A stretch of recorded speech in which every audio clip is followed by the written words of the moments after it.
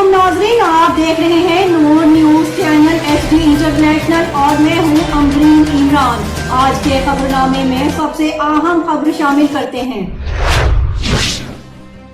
हल्का NA 13 गरबी बाग आजाद कश्मीर में 70 साल काबिज अवामी हकूक पर डाका डालने वालों के लिए चैलेंज बनकर मैदान में आया हूँ। धीर कोट की तमाम सियासी जमातों को चाहिए कि इस बार मेरी हिमायत करें। ये कहना था सरदार जफर इकबाल अब्बासी का प्रोग्राम, मुझे भी कुछ कहना है।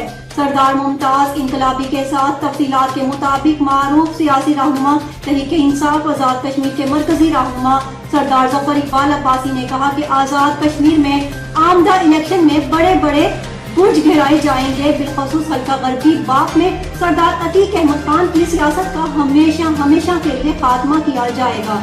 सरदार जफर इकबाल अब्बासी ने कहा बल्कि आज तक ML फंड हो या दौरान इक़्तिदार वज़ारत उज़्मा के इख्तियारात हों, अपने मखसूस कारकुनों में तक़सीम के अलावा अमली फील्ड में कुछ नजर नहीं आया। सरदार जफर इकबाल अब्बासी ने कहा बल्कि मुजाहिद अव्वल सरदार अब्दुल कयूम खान की सियासत में और सरदार अतीक अहमद खान की सियासत में बहुत फर्क है। सरदार अतीक अहमद खान ने सोने का चम्मच लेकर पैदा हुआ और मुजाहिद अव्वल ने हमेशा कारकुन की कदर की है। एक सवाल के जवाब में उन्होंने कहा मैं ज़ाती तौर पर हल्का में 60 के करीब प्रोजेक्ट किए हैं और बिला तखसीस अवाम की खिदमत की है। आइंदा भी खिदमत का काम जारी रखेंगे। सरदार जफर इकबाल अब्बासी का तफसीली इंटरव्यू मुलाहिजा फरमाए सरदार मुमताज इनकलाबी के साथ। Noor news country head Rashid Mughal Sialkot. अस्सलाम वालेकुम नाज़रीन, मैं हूं सरदार मुमताज इनकलाबी, आपका होस्ट प्रोग्राम मुझे भी कुछ कहना है के साथ। आज हमारे साथ मेहमान है एक ऐसी शख्सियत जो न सिर्फ सियासत में बल्कि समाजी अंदाज में भी रियासत जम्मू और कश्मीर समेत पाकिस्तान के कोने कोने से लोग इनसे वाकफ हैं। और अगर इनकी तारीख की हिस्ट्री पे चला जाया जाए तो एक लंबा तारफ चाहिए। मुख्तसर ये कि एक कारोबारी शख्सियत, एक समाजी शख्सियत जिन्होंने गुज़श्ता कई सालों से हल्का गरबी बाग अंडर 13 रिकॉर्ड में न सिर्फ समाजी एतबार से लोगों के काम आए बल्कि इन्होंने तामीराती एतबार से भी अपनी मदद आपके तहत लोगों के वो काम कर दिखाए जो किसी MNA MPS की ड्यूटी से कम नहीं। इन्होंने कई किलोमीटर तक रोड्स इस वक्त बनाई हैं और इसके साथ इनकी जो इस वक्त जो कोरोना के सिलसिले में वहाँ के लोगों की बगैर किसी दिखलावे के, बगैर किसी की फोटो सेशन के जो राशन की हद तक गरीब व सरपश लोगों की मदद की हद तक जो इन्होंने कारनामे से अंजाम दिए, बीइंग अ जर्नलिस्ट हम इनके एक कारनामे से वाकफ हैं और आज इनसे अपने प्रोग्राम में ये जानने की कोशिश करेंगे कि ये सियासत में एक समाजी शख्सियत कैसे आई है और इसका शौक कैसे पैदा हुआ है। जी अस्सलाम वालेकुम। मोहतरम जफर अब्बासी साहब, आप एक बहुत ही मंजे हुए समाजी कारकुन थे और सियासत में भी आपका नाम किसी से कम नहीं था और आप मुस्लिम कॉन्फ्रेंस के प्लेटफॉर्म से आपने सियासत शुरू की थी और उसके बाद आप PTI के प्लेटफॉर्म से मरकजी शख्सियत बन के सामने आए हैं।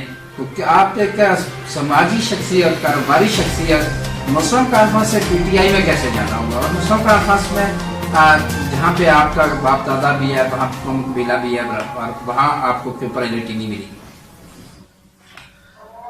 देखिए जी, पहली बात ये कि आपने कहा वहाँ प्रायोरिटी नहीं मिली। अल्हम्दुलिल्लाह मैं मुस्लिम कॉन्फ्रेंस से दुबई का सदर रहा हूँ, लेकिन मैं कभी ज़ाती प्रायोरिटी को जो है वो कभी अपनी चॉइस से पसंद नहीं बनाया।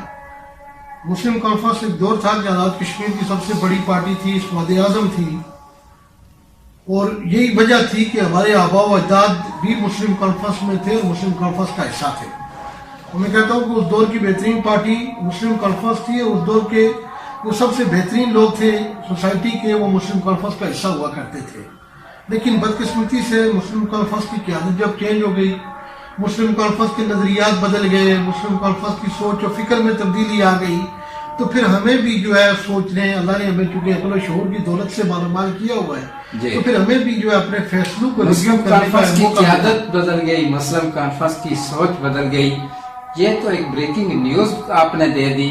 मुस्लिम कॉन्फ्रेंस सरदार अब्दुल कयूम खान का बेटे के पास है और सरदार अतीक अहमद खान के पास है। क़यादत तो सोच मेरे ख्याल में उनके सरदार कयूम की रखनी चाहिए थी। उसमें क्या बात आपको ऐसी नजर आई है कि जिसमें क़यादत और सोच में थोड़ा फर्क आपको नजर आया?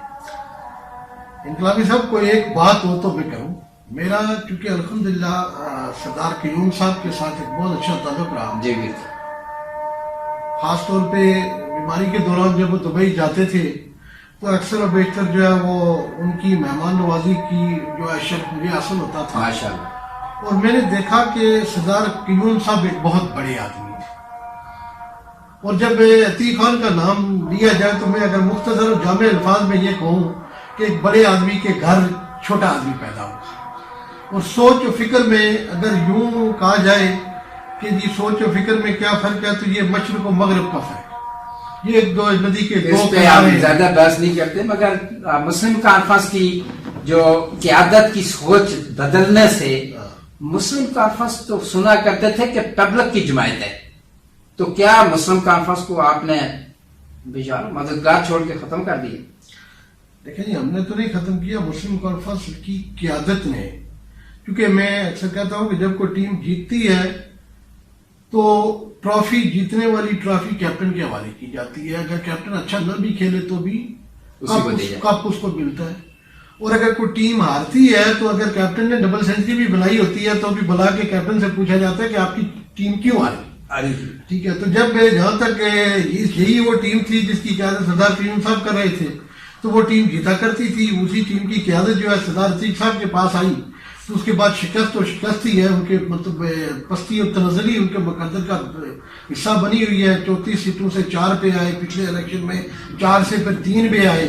مسلم کانفرنس ایک زوال کا مطلب ایک داستان شروع ہے. اور سردار عتیق صاحب کے جو فیصلے ہیں میں سمجھتا ہوں انہیں کی وجہ سے آج وہ اس مقام پہ کھڑے ہیں. تو میں کہتا ہوں یہ تو ایک ماضی کا قصہ ہے، ہمیں تو اس کو چھیڑنے نہیں چاہیے. جی ناظرین، یہ ظفر عباسی صاحب جو اس وقت مسلم کانفرنس کے حوالے سے ان کا یہ موقف تھا کہ ٹیم پہ سارا چیز مؤثر ہوتی ہے، اور مسلم کانفرنس کی سوچ اور اس کا نظریہ بدل گیا، اور ٹیم کیپٹن پہ ان کے الزامات تھے سردار عتیق احمد خان پہ.